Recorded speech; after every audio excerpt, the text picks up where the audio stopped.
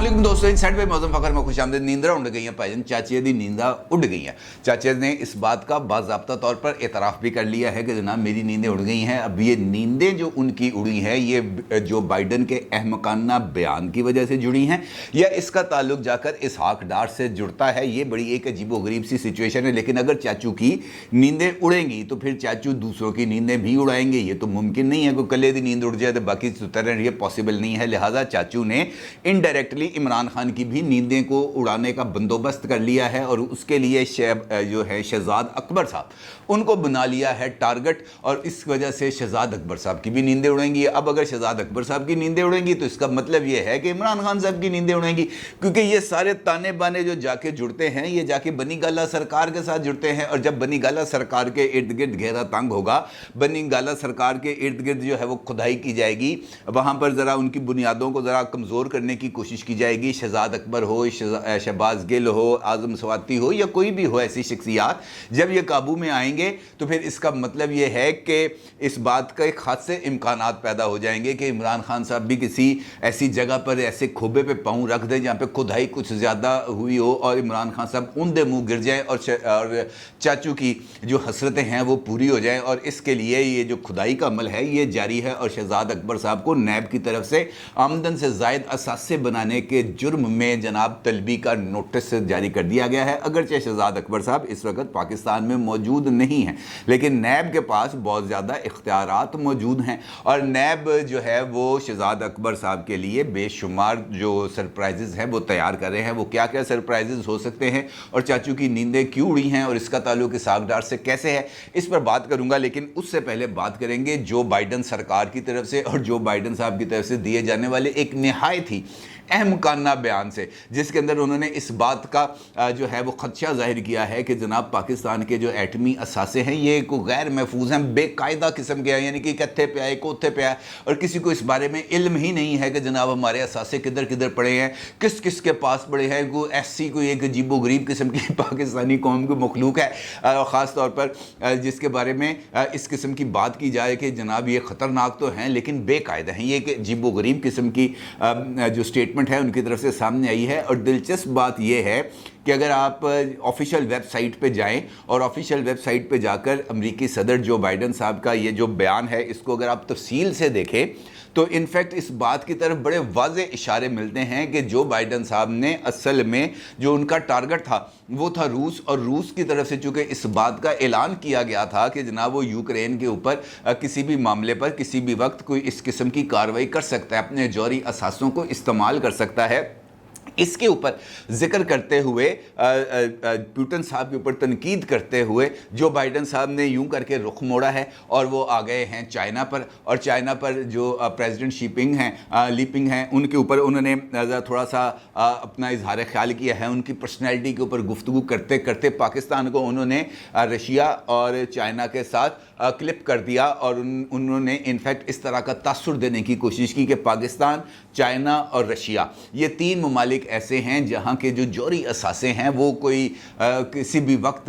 किसी भी unfortunate situation का शिकार हो सकते हैं। और बुनियादी तौर पर अगर मैं जो बाइडन साहब का ये वाला बयान देखूं तो मुझे वो बिलावल साहब का इनफैक्ट एक अमल का रद्द-ए-अमल नज़र आता है, इसके अलावा कुछ नहीं। क्योंकि जब बिलावल साहब दौरे पर थे अमेरिका के और उसके बाद जब जर्मनी गए और जो वहाँ पर उन्होंने इंटरव्यूज़ दिया, ख़ासतौर पर अल जज़ीरा को जो उन्होंने इंटरव्यू दिया उसके अंदर ख़ास तौर पर इस बात का जिक्र किया गया था रशिया की कंडेम का कि जनाब आप ये जो यूक्रेन के ऊपर रशिया ने हमला किया है क्या आप इसकी मजम्मत करते हैं। तो उस वक़्त पाकिस्तान के नौजवान वज़ीर ख़ारजा बिलावल भुट्टो साहब की तरफ से वाज़ेह तौर पर इस बात का इज़हार किया गया था कि नहीं जनाब, ना हम रूस के साथ हैं ना हम यूक्रेन के साथ हैं, हम किसी के साथ नहीं हैं, हम इस मामले में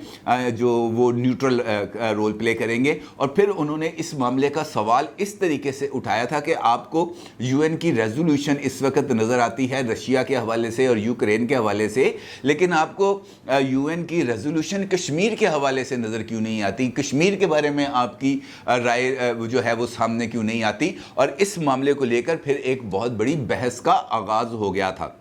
اگر سب سے زیادہ انسرٹنٹی دیکھیں اس حوالے سے تو وہ پاکستان کی نہیں ہے، کیونکہ پاکستان کا command and control system, Pakistan کا جو ڈیفنس سسٹم ہے وہ تو بالکل A1 ہے، اس کے اندر کسی طرح کا کوئی ایشو نہیں ہے، اور پاکستان اس حوالے سے کئی مرتبہ جو اپنا پوزیشن ہے وہ نہ صرف واضح کر چکا ہے بلکہ اپنے ڈیفنس اینڈ کمانڈ سسٹم کے حوالے سے بہت زیادہ بریفنگز بھی دے چکا ہے، UN لیول تک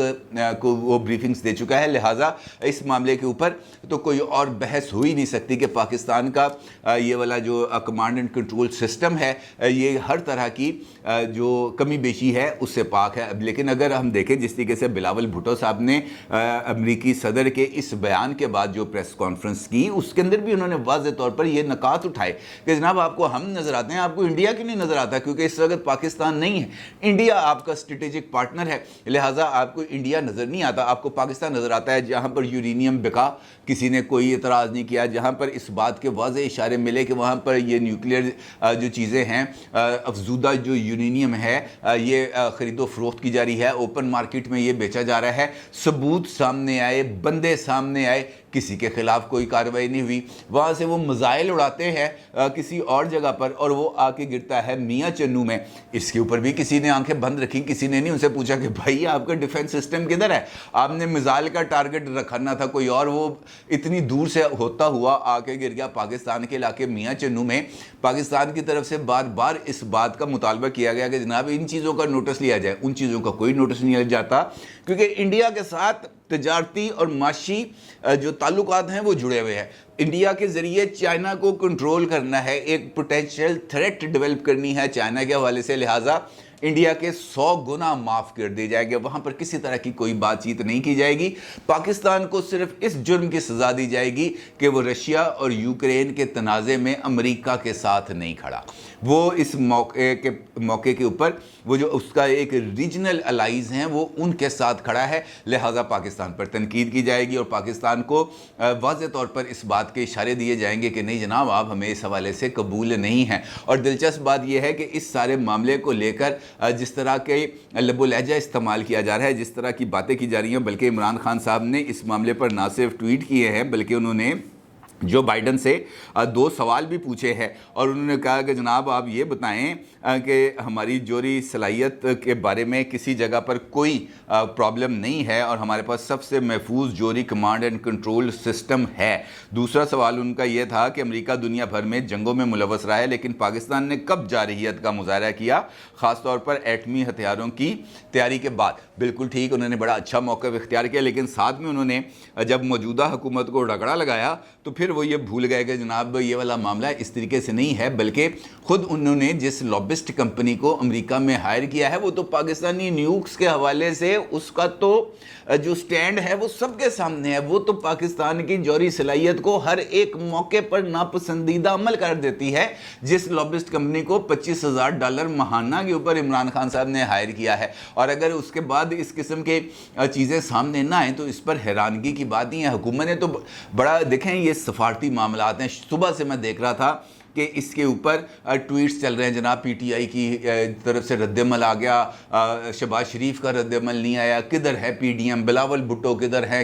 فلانا کدھر ہے ڈمکانا، اس طرح کی چیزیں چل رہی تھی۔ لیکن سفارتی معاملات کے اندر بڑا سوچ سمجھ کے نپا تلا کام کرنا پڑتا ہے، اندھوں کی طرح ایک دم سے پاگلوں کی طرح ریئیکشنز نہیں دیے جاتے یہ سفارتی معاملات پر۔ اور بڑا اچھا کیا انہوں نے آج چھٹی والے دن کھلوایا دفتر خارجہ، وہاں پہ دفتر خارجہ کے لوگوں کو بلوایا، وہاں پر میٹنگ کی، وہاں پر ان چیزوں کو طے کیا گیا کہ جناب ہم نے کس طرح کا ریئیکشن دینا ہے، پھر امریکی سفیر کو طلب کیا گیا، ڈیمارش کرنے کا فیصلہ کیا گیا، یعنی سرکاری سطح پر احتجاج کیا گیا کہ جناب آپ کے صدر نے جو بات کی ہے پاکستان اس سے متفق نہیں ہے اور آپ اپنے صدر تک ہمارا یہ احتجاج پہنچائیں۔ یہی ایک جمہوری طریقہ کار ہے، یہی ایک سفارتی طریقہ کار ہے۔ لیکن اگر آپ یہ سمجھیں کہ بلاول بھٹو تلوار نکال کے گھوڑے پہ بیٹھ کے کہے گا کہ جناب میں جا رہا ہوں دگڑ دگڑ دگڑ کرتا ہوا امریکہ اور جا کر میں جو بائیڈن کا سر قلم کر دوں گا، یہ سفارتی معاملات آج کل کے دور کے اندر اس طرح نہیں چلا کرتے۔ سفارتکاری کو سفارتکاری کے طریقوں کے مطابق ہی چلانا چاہیے۔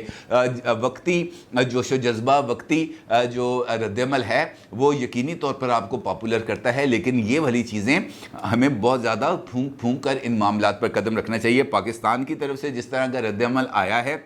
बिल्कुल सही रद्दमल है। इमरान खान साहब ने जिस तरह का रद्दमल दिया बिल्कुल दुरुस्त रद्दमल है मास व इम्पोर्टेड गवर्नमेंट के हवाले से। नवाज शरीफ साहब ने जिस तरह का रद्दमल दिया बिल्कुल ठीक रद्दमल है। ऐसे ही रद्दमल आने चाहिए, एक सेंसिबल रद्दमल, एक सेंसिबल कौम की तरफ से। बल्कि मैं हैरान हूँ कि फवाद चौधरी साहब ने नहायत ही बैलेंस्ड रद्दमल दिया। सबसे पहले जब उन्होंने ट्वीट किया सबसे ज़्यादा बैलेंस्ड रद्दमल था, उसके अंदर ना किसी हुकूमत का जिक्र था ना किसी क़यादत का जिक्र था, बल्कि वाज़ेह तौर पर इस बात के बारे में अमरीकी क़यादत को बताने की कोशिश की गई कि नहीं जनाब इस मामले पर हम बिल्कुल ठीक हैं। लेकिन बाद में इमरान खान साहब के कहने पर उन्होंने प्रेस कॉन्फ्रेंस के अंदर ऑक्शन वाली हुकूमत का जिक्र किया, लेकिन जो उन्होंने सबसे पहला रद्दमल दिया ट्वीट के ज़रिए वो बिल्कुल एक मुतवाज़न और एक सीजनड पॉलिटिशियन का रद्दमल था। अलबत्ता ये ज़रूर है कि इसके बाद एक नई बहस का तो आगाज़ हो गया है, लेकिन ये बात यकीनी तौर पर दुरुस्त है कि पाकिस्तान को इनफैक्ट रशिया के मामले पर अमेरिका का साथ ना देने की वजह से ये तमाम रद्दमल ना सिर्फ देखने पड़ रहे हैं बल्कि भुगतने भी पड़ रहे हैं, और इसका ये सफारतकारी के अंदर इस तरह के रद्दमल आते ही हैं। दूसरी जानिब जो इम्पॉर्टेंट डेवलपमेंट है, जिस तरह मैंने गुफ्तगू के आगाज़ में आपको बताया कि चाचू की नींदें उड़ गई हैं, और इसका ताल्लुक यकीनी तौर पर जो बाइडन साहब के अहमकाना बयान से तो बिल्कुल भी नहीं जुड़ता, अलबत्ता इसहाक डार साहब के साथ जाके जुड़ता है, और वो 100% जाके जुड़ता है। और इस बात का ताल्लुक, नींद उड़ने का ताल्लुक जाके शहजाद अकबर साहब के साथ भी जुड़ता है, और इनडायरेक्टली जाकर इमरान खान साहब के साथ भी जुड़ता है। आज एक तकरीब थी, वहाँ पर जो है शहबाज शरीफ साहब ने ख़िताब किया, और वहाँ पर उनका ये कहना था कि जनाब जब भी महीने का मिड आता है या महीना ख़त्म होने लगता है तो मेरी नींदें उड़ जाती हैं, क्योंकि मुझे इस बात का खौफ तारी होना शुरू हो जाता है कि जनाब ये पेट्रोल की कीमतें अब बढ़ेंगी या पेट्रोल की कीमतें कम होंगी। अगर तो मुझे इस बात का इम्कान नज़र आ जाए कि जनाब इंटरनेशनल मार्केट के अंदर जो फ्लक्चुएशन है उसके नतीजे में पाकिस्तान के अंदर पेट्रोल प्राइसेस बढ़ेंगी तो मेरी नींद उड़ जाती है, और मैं ये सोचता हूँ कि यार इस मामले से कैसे निपटा जाए, क्योंकि जिस तरीके से इमरान खान साहब ने IMF के साथ मुआहदा किया, मुआहदे को ख़राब किया, और उस मुआहदे के नतीजे में जो डेवलपमेंट्स हुई फिर उसका जो बैकलैश है वो तो हमें ना सिर्फ आना है बल्कि हमको उठाना भी है, और इससे बाहर निकलने का भी फ़िलहाल कोई रास्ता नहीं है जब तक पाकिस्तान जो है IMF के प्रोग्राम में है। लिहाजा ये जो 15 तारीख है और 1 तारीख है वो कहते हैं मुझ पर बड़ी भारी गुजरती है, मैं सारी रात सो नहीं सकता। अब चूँकि इस बात का फ़ैसला करना होता है इसहाक डार साहब की वजारत ने, वजारत ख़जाना ने इस बात का फ़ैसला करना है कि जनाब इस मरतबा पेट्रोल की कीमतें बढ़नी हैं या पेट्रोल की कीमतें कम होनी हैं। अलबत्ता इस बात के वाज़ेह इम्कानात जो मुख्तलिफ लोग हैं वो ये बता रहे हैं कि इस मरतबा पेट्रोलियम प्राइसेस की कीमतों में कमी का इम्कान है, क्योंकि डॉलर प्राइस कम होने की वजह से और इंटरनेशनल मार्केट में भी पेट्रोल प्राइसेस के मुसलसल कमी की वजह से अब तो स्टेबल हो गई है, क्योंकि सऊदी अरेबिया की तरफ से पेट्रोल की जो प्रोडक्शन है उसको कम कर दी गई है। बल्कि बाइडन साहब थे सऊदी अरब भी चढ़ गए और उन्होंने तो बाज़ाब्ता तौर पर धमकी दे दी कि जनाब निबड़ लांगा बंदानू, अगर आपने पेट्रोल प्रोडक्शन कम की तो उसके बाद फिर हमारी आपके साथ पक्की कुटी हो जाएगी। उन्होंने धमकी दी है, इसको कहते हैं धमकी, इसको कहते हैं धमकी। जो इमरान खान साहब को मिली वो धमकी नहीं थी, जो सऊदी अरब को मिली है वो है धमकी। खैर, अब इसका फ़ैसला किया जाना है। जो वजारत ख़जाना, वजारत पेट्रोलियम है, उनका तो ये मानना है कि जनाब 15 रुपए पर लीटर तक पेट्रोलियम प्राइसेस की कीमतों में कमी की जा सकती है, और ये जो डॉलर प्राइसेस कम हुई हैं उसके नतीजे में ये जो पेट्रोलियम डेवलपमेंट लेवी है PDL है,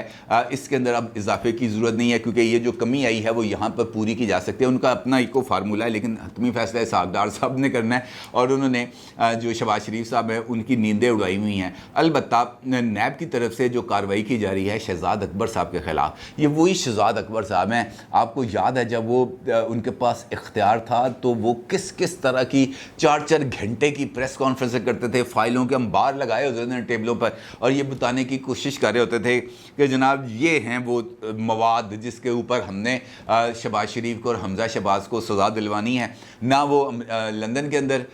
नेशनल क्राइम एजेंसी से सज़ा दिलवा सके और ना ही FIA से सज़ा दिलवा सके, लेकिन ख़ुद उनके ऊपर अब कार्रवाई का आगाज़ हो रहा है। और 2 तरह की कार्रवाई है, एक तो एसेट बियॉन्ड मीन्स, और दूसरा मामला वही है जो کابینہ سے ان کے کہنے کے اوپر بند لفافے کی منظوری لی گئی تھی. اور یہ دونوں معاملات ایسے ہیں جہاں پر جا کر عمران خان صاحب کے ساتھ اس کے تانے بانے جڑتے ہیں. نیب کی طرف سے نوٹسز جاری ہو چکے ہیں سابق حکومت کے کچھ وزراء کو، تقریباً 12 یا 14 وزراء ہیں، ان کو یہ نوٹسز جاری ہو چکے ہیں. شیخ رشید، خسرو بختیار، فروغ نسیم، مراد سعید وغیرہ وغیرہ سب کو یہ نوٹسز جاری ہو چکے ہیں. اب شہزاد اکبر صاحب کو بھی نوٹس جاری ہوا، کیونکہ وہاں سے جو ڈیل شیل کی تھی وہ انہی کے ذریعے ہوئی تھی. اور پھر ان کی ایک ویڈیو اس وقت بہت زیادہ وائرل ہوئی تھی ملک ریاض صاحب سے بریف کیس لے کر اپنی گاڑی کی ڈگی میں رکھنے پر. وہ ویڈیو آپ کو یاد ہے بہت زیادہ سوشل میڈیا پر وائرل ہوئی تھی، اور